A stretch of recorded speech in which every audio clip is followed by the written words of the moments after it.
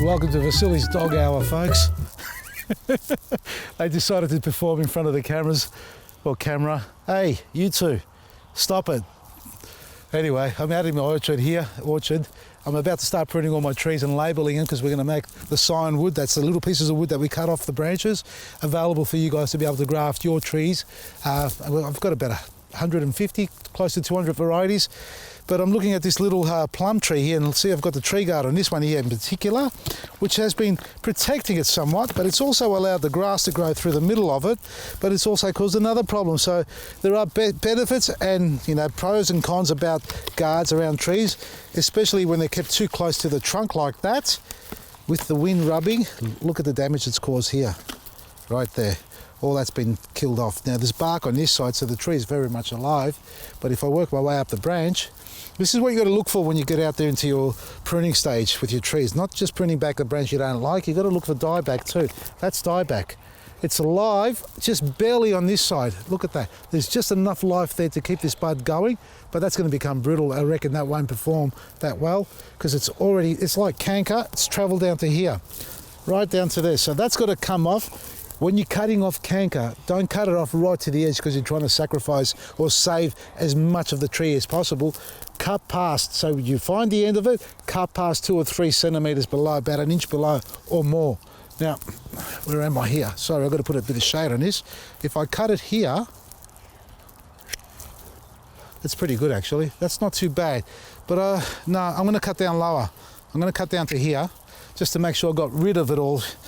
Go to your doctor for skin cancer and they cut out a little bit of that skin. Well, they cut further out too, don't they? I've never had that, touch wood, but for those who've experienced it, and unfortunate, they never cut just to the right perimeter. And that's the same with wounds and disease on branches, folks. Cut them past the death or where the part's dying, so the tree can recover. Now with the tree guard, folks, I didn't replace them when I first put them in. These were quite small trees and I should have replaced them as they started to grow because the damage is caused. So if you've got tree guards on your trees or anywhere in the garden, make sure you inspect them regularly and replace them or upsize them so that you don't cause any further damage. Trying to fix a problem by creating another problem isn't a solution. Try and work out the solution without causing any more problems to your garden. Now come over here, I want to show you this other tree. Well, it is grafting season, folks, and I'm going to be pruning everything back, but I'm not going to do it today because I need to label them all. This tree's been cut back a couple of times. Have a look at this. This was cut back about 2 years ago. Last year I cut it back at this point, so this year it's going to get cut back at about shoulder height. Well, yeah, about shoulder height there, then get rid of all the wispy branches in between. And cut a piece like that and section it off into smaller pieces of sign wood and label it. European plum, damson, that's going to be available for you to be able to graft onto your fruit trees. I've got about 200 varieties here, folks, and hopefully I've got the label on all of them. If I don't, I'll name them Vasily number 1, Vasily number 2, apple, pear, plum, etc. And hopefully you'll enjoy the fruit when it grows. So if you want to learn how to graft, we've got the workshop on this Sunday. 10:30 a.m. is the first class and 1 p.m. the second class. The 10:30 is almost booked out. If you want to learn how to graft, that's the place you want to come down to because you can ask all the questions you need about fruit trees and grafting. You'll learn all the different styles and techniques, tools to use, how to clean them, and even our Italian grafting tool and crown tool, we'll have it on display there demonstrating the benefits of using one of those and how you can transplant and change the variety of larger branches, not just the smaller ones. So it's on this Sunday, folks. We'll have varieties available for you to be able to buy and graft onto your trees at home.